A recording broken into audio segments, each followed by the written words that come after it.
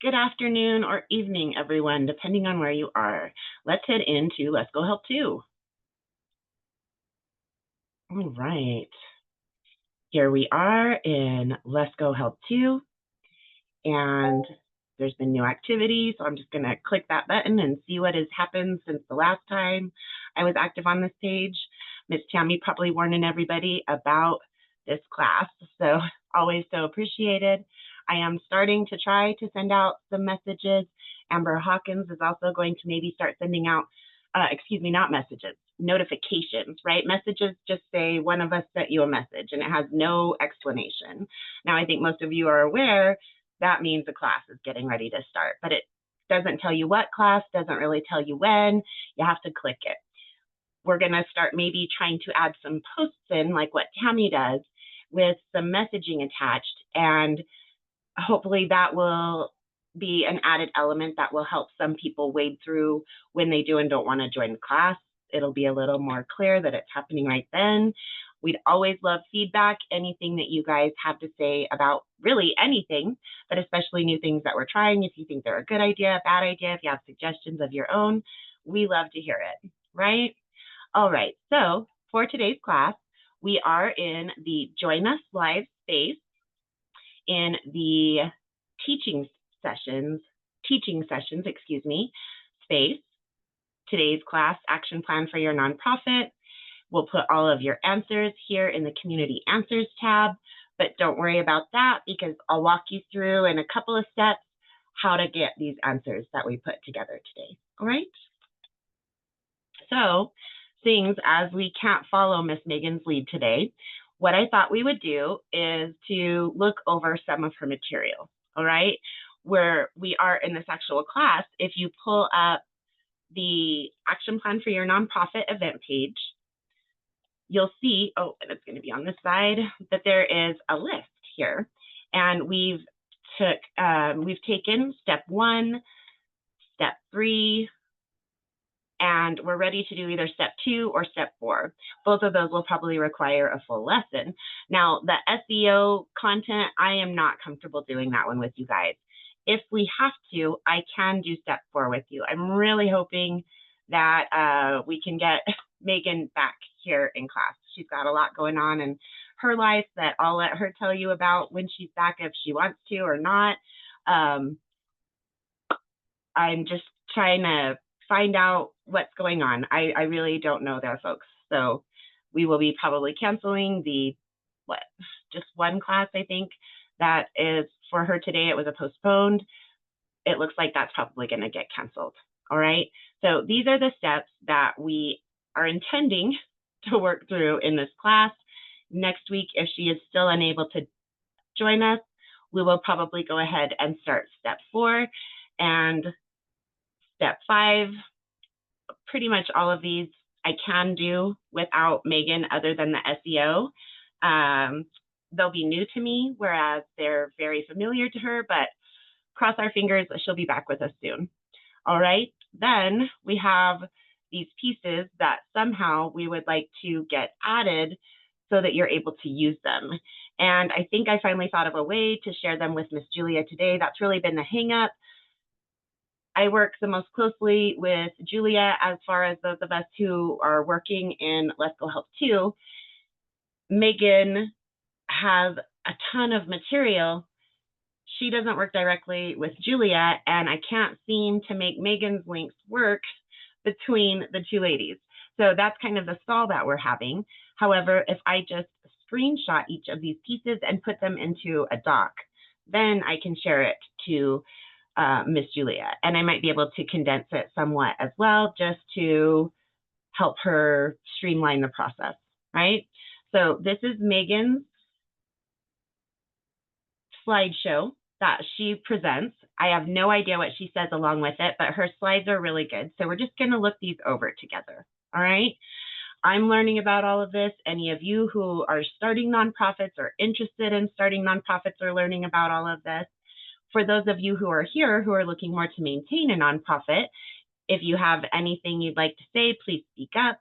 For those of us who are newer, if we have questions, if I have questions while I'm reading it, I'll talk with you guys as I think things through or do some research to understand better what the material is. So this is really kind of an open-ended exploration of the process that Megan recommends that we follow as Fund Nation, her arena, right? All right, so let's head on over to the first slide. Nonprofit versus for-profit. Would anyone like to read? I tried this yesterday. We used to do this a lot. There were no takers. I would love to have several of us read through. There are, I think, about 22 slides, something like that. And we could all just take turns reading a slide. If you guys just really love to hear me talk, mistakes and all, I can read it for us. You can unmute yourself. You can raise your hand. All right, David, please feel free. Can you see my screen pretty well there? Yeah. Hope you're having a good afternoon. Let me start. Nonprofit versus for-profit. A nonprofit allows you to do two critical things that cannot be done by for-profit entities. A nonprofit does not pay income tax on its earnings, and once you have a 501c3 certification, people who donate money to your organization may be eligible for a tax deduction. Additionally, you may be eligible for other funding opportunities from government entities and other nonprofits. Okay, so I think most of us are familiar with the fact that 501c3s, charities, churches, things of that nature don't pay income tax, right? Also, that there are those nonprofit entities that we can donate money to, and we can use that as a tax deductible. All right, those are some pretty, I think, commonly understood differences between a nonprofit and a for-profit business. Does anybody have any questions or thoughts before we go on to the next slide? We've only got about 13 of us here, counting myself, so please feel free to open your mic and ask a question if you have one or something to add, okay? I want to just specify that a nonprofit can own a for-profit as a wholly owned subsidiary. That is correct. In fact, my for-profit is adding a nonprofit element, right? So it's kind of the reverse of what you just said, but still very comparable. All right, very true, David. Let's go on to slide 3, I guess technically. Anybody else like to read? I love it. I really think that it energizes everybody paying a little bit of attention and being a little more engaged. You can try, Sabrina. I would love it, Tammy. All right. Legal structures versus tax status, right? Most often, nonprofit organizations are organized as a corporation in the state where they operate. Technically, you can have a nonprofit corporate as an association. Operate. You can have a nonprofit operate. You're doing really great. No, you're. Oh man, I'm trying, you guys. No, you're doing beautifully. You just stepping out of my comfort zone, you guys. All right. Yeah, take your time. Yeah, so I have a difficulty in reading out loud. I have a learning disability. So what this means to you to start a nonprofit, you need to, number one, form a corporate entity in the state that which you will primarily operate in, probably. Number two, apply for a tax identification number, aka known as an EIN number. Number number 3, sorry. Apply for a tax exempt status with the Internal Revenue Service. Okay, step number 4, file for any additional documents with the state which you will primarily operate. Example, Secretary of State, Registry of Charitable Trusts, tax exempt status. Number 5, file your annual, never heard of this one, 99-9 and relevant state filing. So I have no idea what that means. Okay, so which part? All of it or the last? No, just a 99-9. I would like to say that you did an excellent job reading. Both of you guys have really done tremendous jobs there, okay? A 990-N is kind of like a maintenance form that you have to file, and that is here in the slides, and that's the only reason I know anything about it, because I looked these over to make sure this would be a good document for us to utilize in class today. Okay, I had no idea either. So it is a document that you file, not in your initial processes, and I guess it's incorporating, right? I don't know enough about it to compare that to incorporating as a business or becoming a corporation, which is a relatively complicated process. And 501c3s do not have to have that level of complexity in their day-to-day operations. Yes, David, if you have something to contribute in that regard, I really don't understand it completely. I was just going to say, I mean, it's a little bit, I guess, of an advantage, a competitive advantage, if you think about it, that a person who is exempt, meaning that for whatever reason they're an exempt filer, they have a tax shield, essentially. If they don't essentially have the organization organized as a 501c3, let's just say they have it as a C corporation. But at the end of the day, annually, from a tax perspective, they are. Well, this is where I get confused. Are organized as a corporation. No, I'm just saying in this example, if you think about the person who has let's say a person founds a company, and is the only one in the company, builds a C corporation, has a board, and it's a for-profit entity, but the earnings constitute as exempt because of the person's filing status. They are the head of the company. And then as they systematically add officers, executives, they all operate underneath that person. That person continues to be an exempt individual, and that person is also, theoretically, perhaps could have some sort of a ADA compliant privilege, and that privilege then provides, like I said, a competitive advantage, where there are organizations out there that have a competitive organization with officers that are, perfectly fine members of the general public, but they have been able to benefit from that tax shield because of the founder's classification. Where okay, but that's like a whole other thing. What I'm just saying is, I don't believe that being organized as a corporation, as a nonprofit, will be exactly comparable to filing to be a corporation as a for-profit entity, where you have to have. Also be I'm sorry? A limited liability company can also be organized as a nonprofit. Right, but this just says as a corporation, right? So, I mean, what she said is accurate, but it's a little bit myopic. It's not completely full scale and scope of nonprofit organization structure. Well, but we're just kind of looking at one thing, right? In this moment, we are myopic. We're looking at one definition of a word, corporation. Does organizing as a corporation for a nonprofit have the same sort of legal designations as filing as a for-profit? So, all right, that part we'll have to look into a little bit, and we can either do that now, or a corporation can be an S corp, it can be a C corp. Right, but there are different. You're not necessarily organized as a corporation. Like, there's all these different terminologies that go into it. I'm an LLC, but I didn't have to do the kinds of things that I would have to fully incorporate. So as a corporation, as applying to what a nonprofit does, I don't know the specific differences in this arena as to the for-profit arena.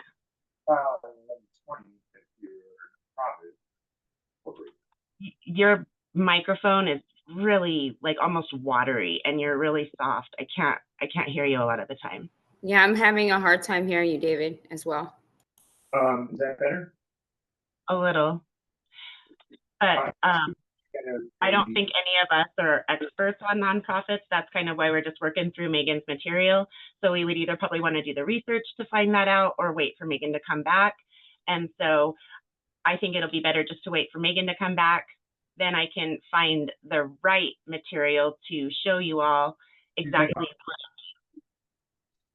Hey, Sabrina, would there be any way if you can maybe possibly show us an article or some type of But I like, don't know that I'll understand for sure what that's saying. That's yeah, we're not nonprofit experts.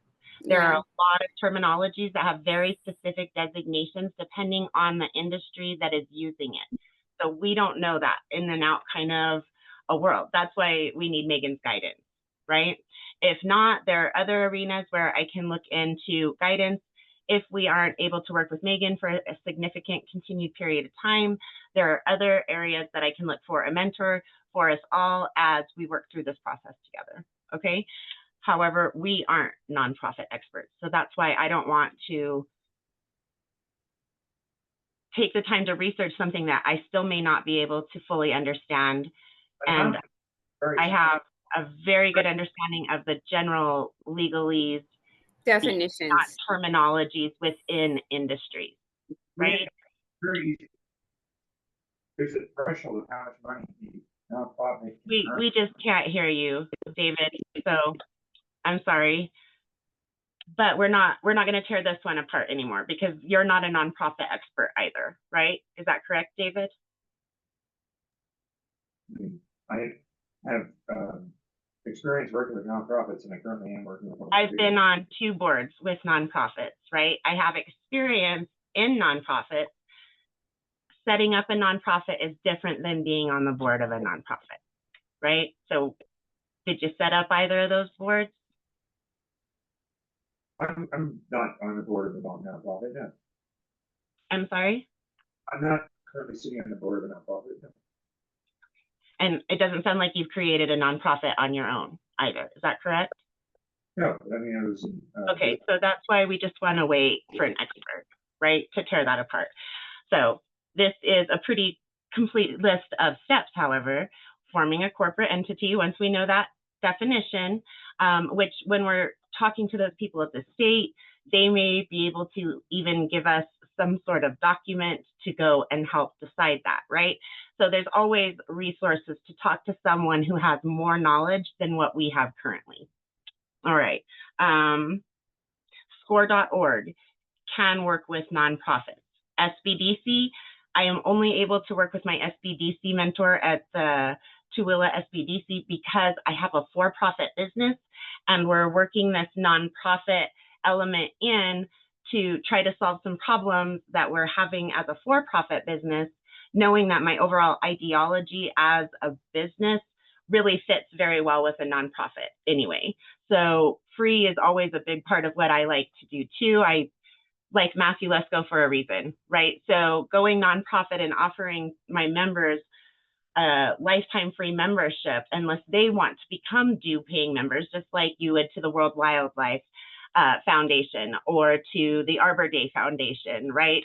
Any of these types of things, that is really already very appealing to me. I can work with him in some ways. He is not a nonprofit expert either. If we can't get our nonprofit expert back in here on a reasonably regular basis, I will reach out to score.org and also to the Utah Women's Business Center to see if I can find some further mentorship for us. I've also reached out to, well, I've reached out to one of the entities that Jeff Clifford suggested as a support network here in this area for going nonprofit. And I've printed the book from the other nonprofit organization that that does for the overall state of Utah, right? I've reached out to the one that's Tooele specific, and I've gotten the literature from the overall Utah one. Excuse me, guys, my mouth is just really dry.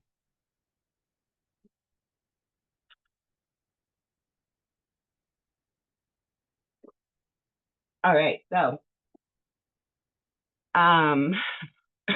we will get that knowledge. Applying for an EIN, right? Because you want to register with the state, then apply for your EIN, then apply for your tax exempt status with the IRS. There are definitely different documents that can go with different industries. If you have a restaurant, there's specific permits and licensing that you have to have. If you want to have a barber shop or a salon, there are definitely licensing that is probably required. All these different things, right? And then you have a form to file each year to maintain your tax exempt status, probably. We're going to delve into that as we continue on. All right. Governance Board of Directors. This is the part that always makes me a little bit nervous.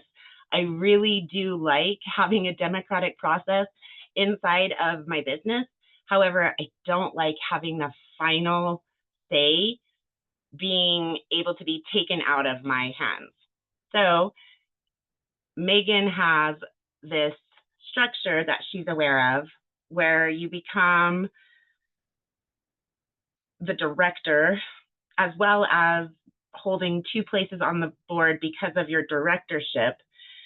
And the director directs the board and some things like this. I can't say it in her words, but that is what finally made me a little more comfortable with adding this element in to my business. I love all of the things that nonprofits do, not just the funding that they can intake, but their overall process in our culture, what steps they take for our lives, for our children, for education, for animals, for the environment, all of these different things, right?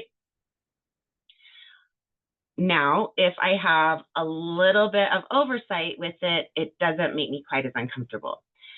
However, most of the time when you set up a board of directors, they vote on things, and that is a big part of the decision making for a nonprofit. The 2 nonprofits that I've sat on the board of were the Wyoming chapter of NORML, the National Organization for the Reform of Marijuana Laws, and in the GNN, which is the Green News Network, and used to be a separate entity from the Green Party. And we were kind of hijacked, yes, by the Green Party, by a man who repeatedly runs for, I believe, senator in Ohio and has never won, maybe as many as 8 times now. It's rather ridiculous. And so he was a member of the board, and he kicked us all out of all of our social media, and they rebranded under the Green Party. So just in case any of you may still have some fondness for people that emulate the Democratic Party, that's just my own personal story there. Be very careful, because boards have a lot of power individually and as individual people. So I had a little bit of a bad taste in my mouth, especially because of that. And in Wyoming, it was time for me to step out of the board because I was probably going to be moving out of Wyoming at the same time that our board kind of fell apart, and there were accusations, and it was messy. And I don't really care for that. I care for productive, positive, forward movement. Even within disagreement, you still have to come to some sort of rational endpoint.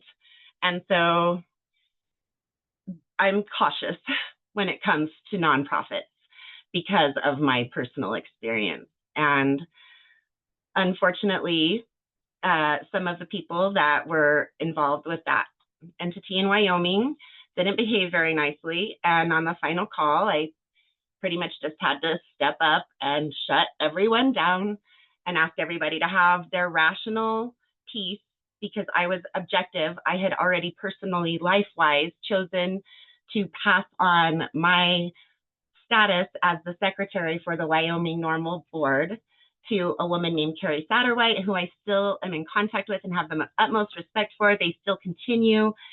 There were new people that came into the board that replaced some of the bad actors, and Carrie was there to replace me as I moved away. And they are still an active board. I still support them. I think that they are amazing. I'm really glad that that effort was saved. And I didn't get to experience how that board functioned, but I know that they are capable of functioning like that, because I got to see when people wanted to set their personal egos aside, that things can work properly. So just a word of caution, when one is considering a board, these are some of the experiences that I have that are out there and they're documented. So be aware, folks. It's a little bit of a bag of worms sometimes. Be very careful as you're setting up your board. That would be the moral of that story if one chooses to have a nonprofit. Technically, some states permit you to be the chief cook and bottle washer, and you can operate without a board to a limit. However, a board provides oversight, opens doors, and most importantly, provides credibility with your donors as you seek to raise funds from the public. It is a far better look to have a team vested in your cause as you seek funds instead of it just being you. And that I absolutely agree with. Now, I thought the two boards that I was a part of, because they, well, no, I mean, GNN, I didn't form it, but GNN didn't necessarily have to have a board. However, when I did look to start a Green Party chapter in my little hometown, and in order to start a chapter of the Green Party, you have to have 3 members at a minimum. It is a requirement. And I believe for normal, you have to have 3 as well. It might be 5. We had at least 5 members when we were with normal. When it was the GNN, gosh, we had as many as 9 or 12, I believe, always trying to avoid that even number, but it did happen upon occasion. So a lot of fluidity with these designations. I had thought, being my very unexpert self, that you are required to have a board.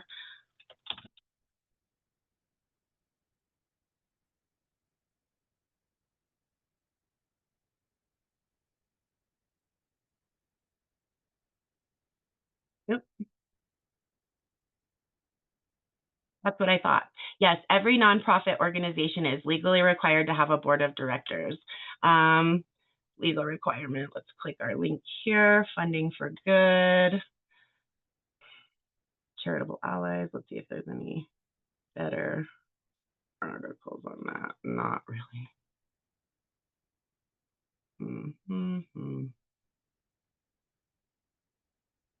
This is a .org, so it looks like funding for good. Okay. Let's look with funding for good. That's the one that Google chose, and it is a .org.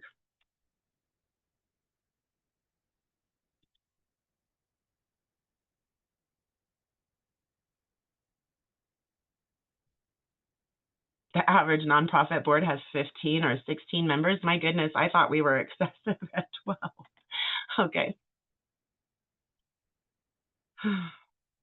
Do you need a board of directors for your nonprofit? Yes. In order to satisfy state and IRS regulations for tax-exempt status, all 501c3 nonprofit organizations will need a board of directors. Now, I wish I knew Megan's material better.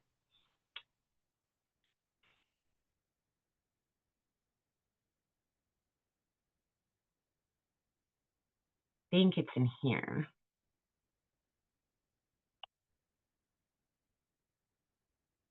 Yes, okay. Yay! These are the different types of 501c's. 501c3, charitable organizations as a general category. 501c4, civic leagues, social welfare organizations, and local associations of employees. All right, so I'm reading here maybe unions. So civic leagues, social welfare organizations, and local associations of employees. Maybe not though, because local unions are larger than local. Then you have 501c5, agricultural or horticultural organizations. 501c6, business leagues, chambers of commerce, boards of trade. 501c7, social and recreational clubs. 501c8, fraternal beneficiary societies and associations. Most individuals reading this ebook will start a 501c3. For mine, it is very worthy of considering a 501c5 agricultural or horticultural organization, as well as possibly the social and recreational clubs. Mighty Networks being a very social platform, an organization of members who, if you're doing things right, feel a little bit like a family, right? That's definitely a social and recreational get-together club, right? So it's possible that I could file for a 501c3, 501c5, and or a 501c7. And hopefully Ms. Megan will join us sooner than later, and we're going to walk through the steps not only for those that I choose, walk through what I consider to make my choices. We'll also walk through each of these so that no matter which you might choose as a nonprofit, you'll have an idea of the overview of each of these different 501c designations, all right? Nope, we were here. Okay. So I don't know where this is all coming from. Perhaps Megan's talking about before you actually file for your 501c status. For instance, when I'm working with my business mentor for my for-profit, who recommended going nonprofit to help solve this for-profit problem that we've been having, it was very readily able for me to agree with him because I'd already been listening to Megan, our nonprofit expert, talk about why she thought that any for-profit should have a nonprofit and why any nonprofit should have a for-profit. She just believes they should almost always work hand in hand together. So having her advising that and then my SBDC mentor advising nonprofit as a solution, it was pretty easy to see that that was something that I needed to pursue. When I've talked to both Megan and to Jess, they have talked about getting support from 501cs that are already established before you have gotten your full 501c authorization. All right, does that make sense, everyone? I know it gets relatively complicated.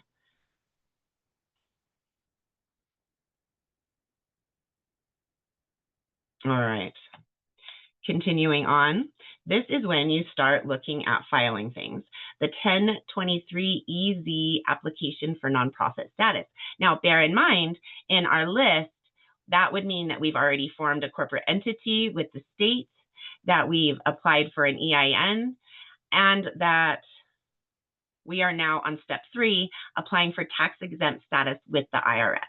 All right, our second contact with the IRS. First, it's an EIN, then we're working to get that tax exempt status. Oh my goodness. Whew. Let's see, what time did this class begin? All right, so we have another 26 minutes. And let's just take a quick peek at our calendar so that I know exactly what our time constraints are. I believe that the next class that I have will be at 5:30 or 5:45. Okay, so we have a half an hour variance in there between. Okay, I just wanted to make sure. And let me actually go back to that and send out a message. I'm going to have to come up with a better system. And it's got that green. Sabrina, you're doing fabulous. Thank you. I have too many classes where they're getting ready to start right after me being live, and it's hard for me to send out a message appropriately. So I need to figure out a solution for that. All right, and so I will be with you guys in about an hour for open Q&A on whatever question you need to ask for your grant hunting journey. Oh, and actually I have one for that already, silly me.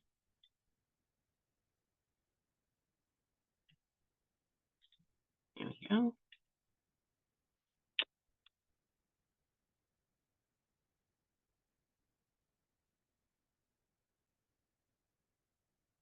Give my throat just a minute to rest here too. Let the water set in a little bit.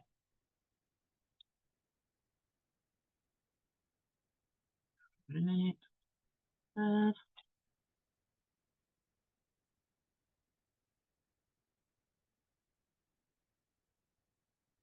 Okay, I couldn't find it for a second. I'm like, where's the... Okay, too many toolbars. Now let's get back to what we're doing here. Okay. Now, after we've filed with the state, gotten our EIN, we're ready to look at filing for nonprofit status. The simplified 501c3 application is the IRS 1023EZ, and it allows smaller organizations to apply for 501c3 tax exempt status through a simplified application process. This would be as long as you make less than 50,000 annual gross over the past 3 years, all right? They can use this form. There is a faster review time. The IRS aims to review and respond to 1023-EZ applications within 3 weeks compared to several months for the standard 1023 form. Sometimes there are benefits for being the little guy, right? All right, key sections of Form 1023-EZ. Part 1, identification of applicants. This part includes basic details like name and address of the organization. Part 2, organizational structure. This covers details like organization's governing body, documents, and dissolution clause. Part 3, your specific activities. This covers the past, present, and planned activities of the organization. Part 4, foundation classification. This determines if the organization can be classified as a private foundation. Part 5, reinstatement after automatic revocation. Oh, goodness. This is for organizations applying for reinstatement of tax-exempt status, something if they drop the ball, if perhaps the main people were on sabbatical and they had to dissolve for a period of time, something like that, and you had to get reinstated. Part 6 is the signature. This part includes the signature of an officer, director, trustee, or other official. All right. With my husband's disc golf club, they started to go the route of a 501c3, and then everybody's life just got very busy. So they had like articles of incorporation and some things like that. I guess so I have technically helped to start a nonprofit, but I mostly just followed Megan's advice. I didn't really understand a lot about what I was doing. So that's why we're doing it a little more in depth with this. They just wanted a simple organization to be able to help people that are looking for alternatives to bad habits in their lives and center that around disc golf. So they can still do that without taking it to that formalized place since they're just all so busy, right? Really, you need to be dedicated to want to do this. And they are, and they still operate together, but they do have to consider their paychecks and their families and things like that. So as this economy is struggling, more and more of them have to take time to go do other things. So that's something to be aware of with a nonprofit as well. The people that you bring onto your board, how much time do they have to be dedicated to what you're doing? All right, so here we go. What you need to know, this application is found at pay.gov. Your NTEE code, looks like we can open this up. Let's open link in new tab. I'm guessing it's something like an NAICS code. Yes, a little bit at least. Alphabetical in a way, alphanumeric. So these are the descriptions. You want to find the one that would fit your particular nonprofit. These are all tending more toward art and publications, television, book. Not where I would be at. Lots of great fun things in here for sure. So we just kind of have to keep going. I would have thought that agriculture would have been in the A's. It wasn't though, so I would keep looking. These are schools. It looks like it has more to do with just the overall category. This is the first one. This is the second one, as you'd think that this might be E for education. However, it's the secondary category, B. That's it. All right. And then you have C, environment, as the overall. Okay. That looks like the overall classification. So let's look at the very top line. A is arts, culture, and humanities. Then you have specifics within arts, culture, and humanities. Okay. Then you have B, and that is education. And these are the overall specifications within education. C is the environment, which perhaps is where I would fit.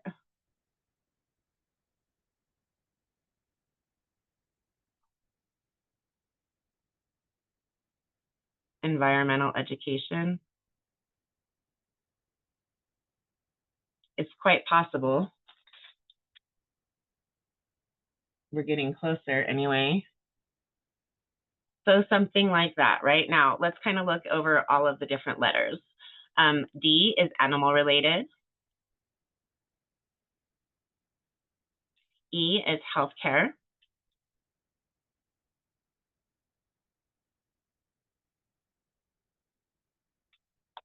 F is mental health and crisis intervention.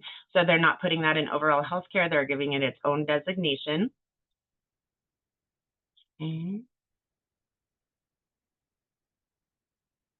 G is the voluntary health associations and medical disciplines. Lots for that kind of thought process. It is pretty important, right? All right, H, medical research.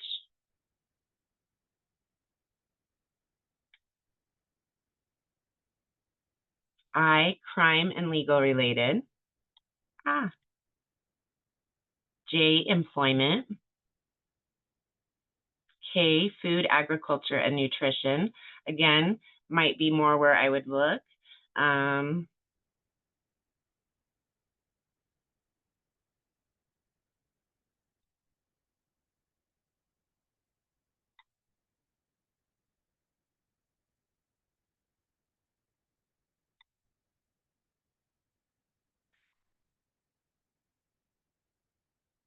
And so, no, those are folks, well, I mean, once I get up and running on a low level, I may also be able to use this code.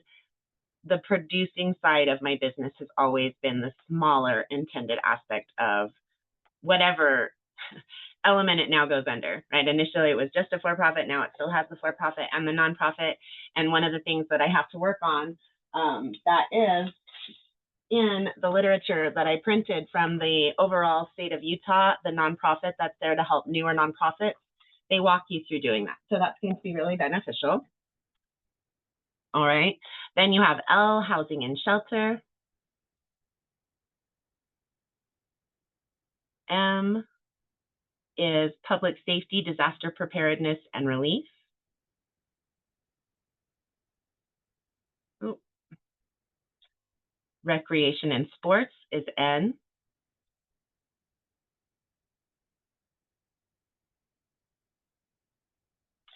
O is youth development. P is human services.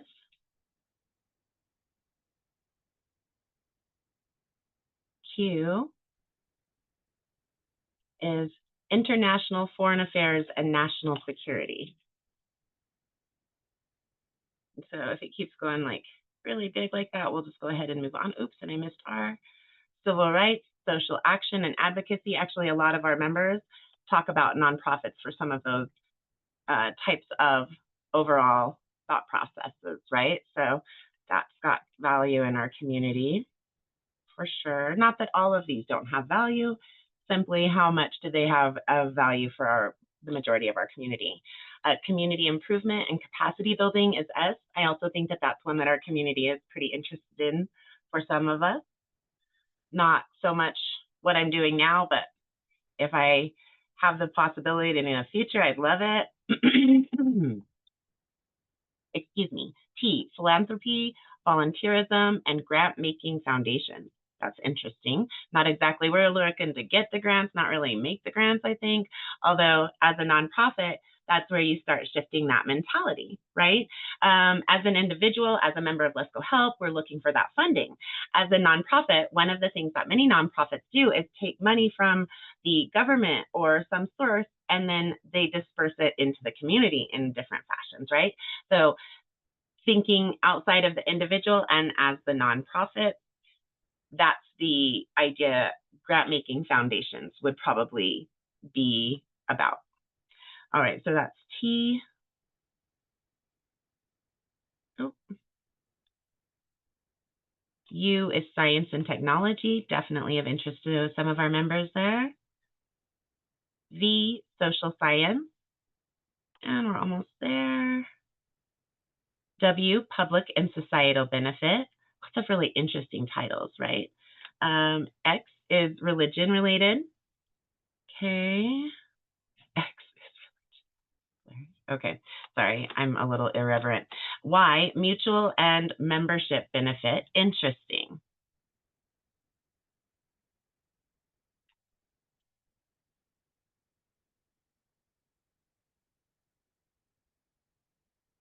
Cemeteries. Okay.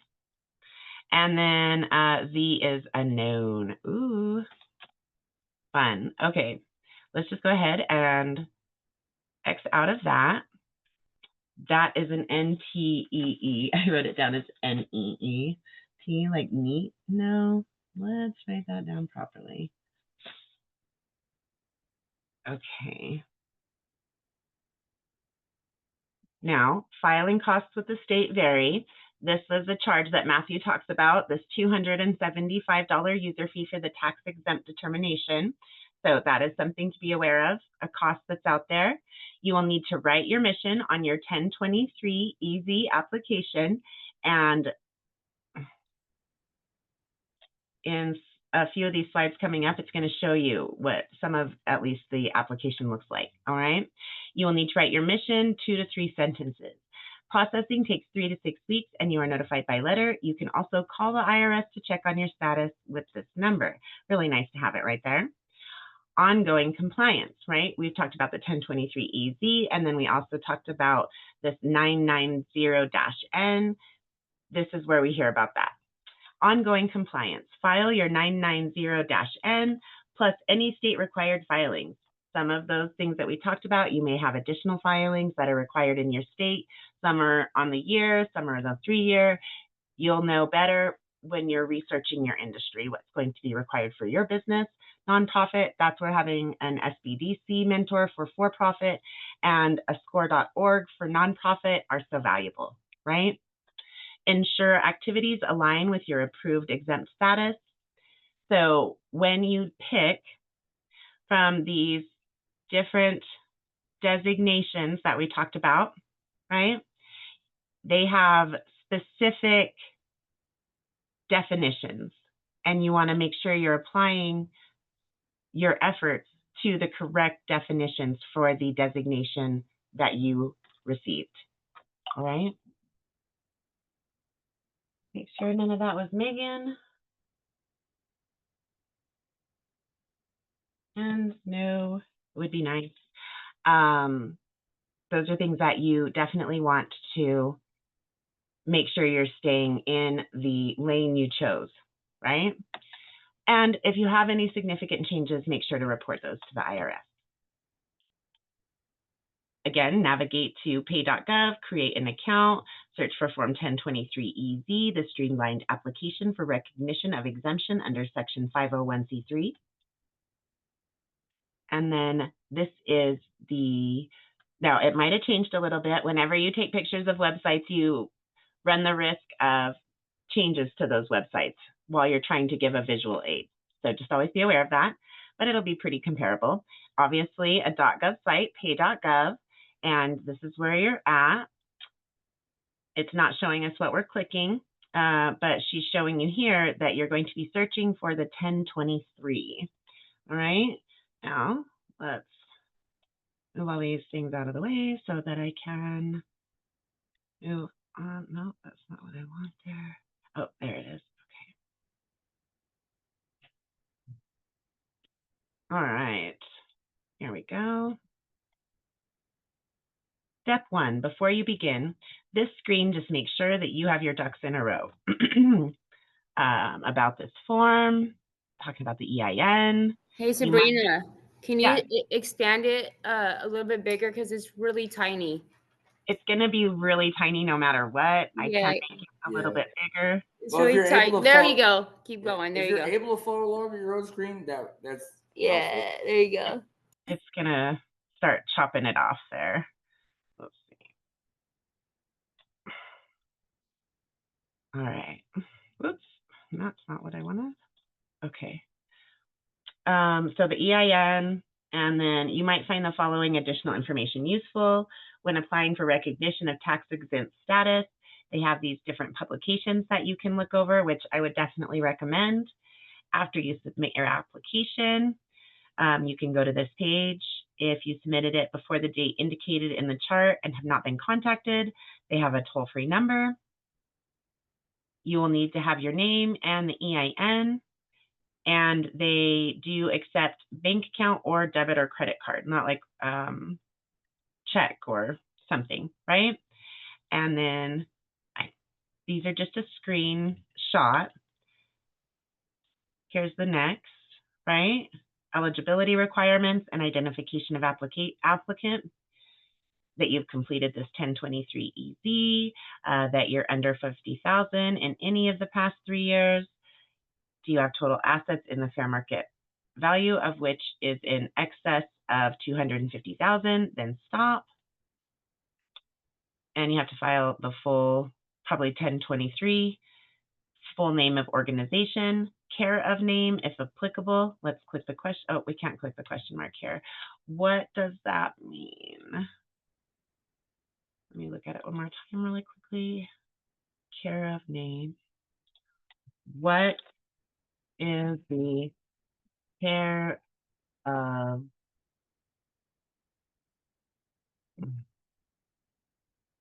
name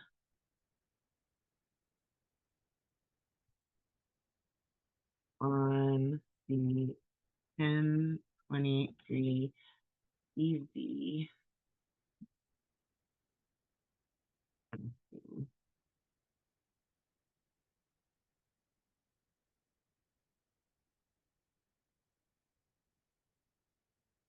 A care of name is typically used when an organization, so just like on any letter you're sending where you write C/O, right? That's a comparable thing. A care of name is typically used when an organization's mail is not delivered directly to its primary address. In this field, you would put the name of the person or entity responsible for receiving mail on behalf of your organization. When is it applicable? If your organization has an in care of name, you should enter into this field. Otherwise, you can leave it blank. So I'm not sure when on one of the classes where we were able to work with Megan, we went and got the address at another location. I'm guessing that I would need to put my name is the care of, but I'm not certain about that. That's where I need to talk to Megan or a SCORE.org mentor, or perhaps one from the Women's Business Center or the nonprofit support unit that I've been directed to by Jess Clifford, right? So I'm going to find us support one way or the other to get these questions answered, all right?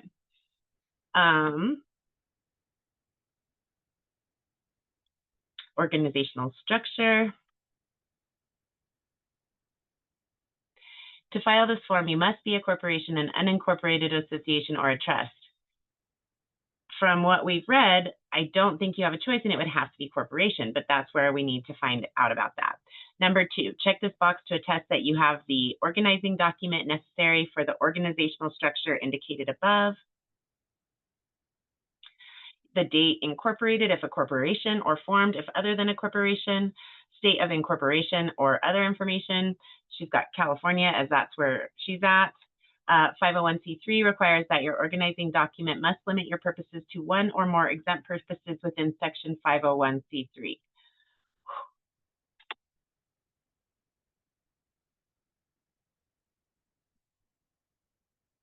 I'm not sure exactly what that means.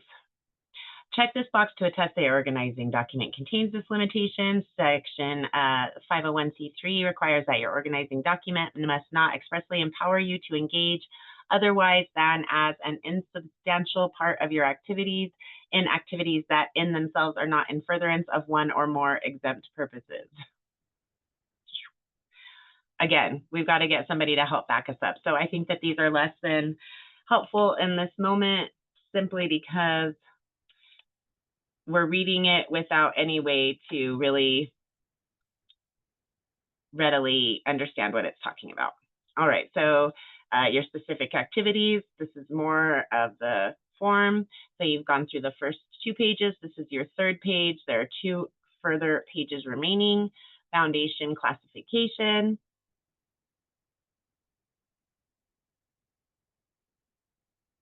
Okay, so this is probably about your money again. If you are foundation classification, most organizations will answer no to number something. If you are, then you can't file 1023 EZ. If it's yes here, are you applying for recognition as a church, school, or hospital? Okay, so if that's yes, you have to do a different form, okay?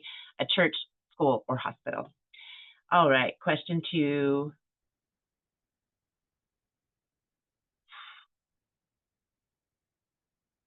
Should be checked off for 2A.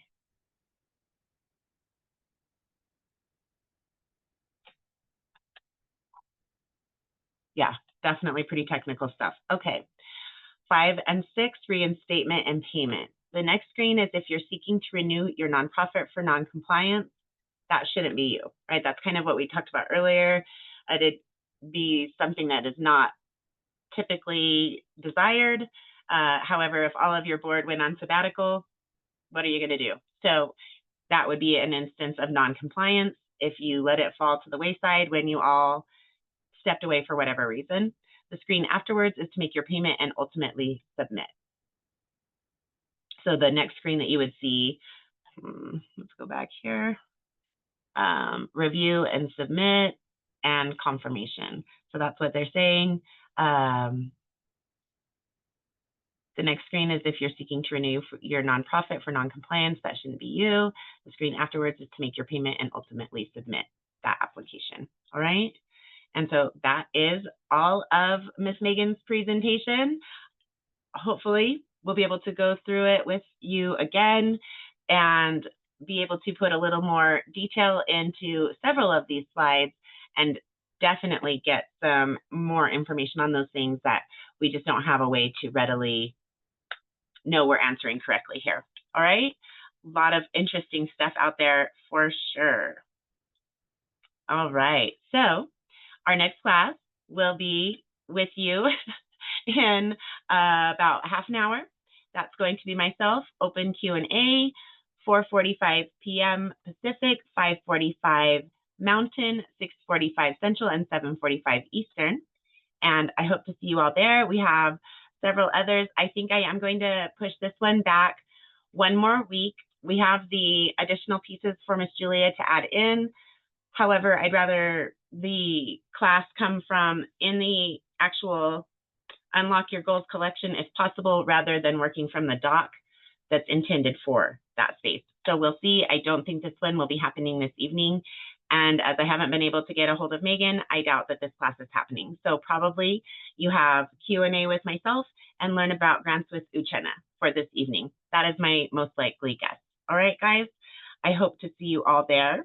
And I hope you have a wonderful rest of your evening, one way or the other. Please feel free to unmute yourselves and say good night, everyone. Good night. Night, guys. Thank you, David and Tammy, for reading. Bye. Bye. Thank you. Bye, guys. Thank you Good all. night. See you in a little bit.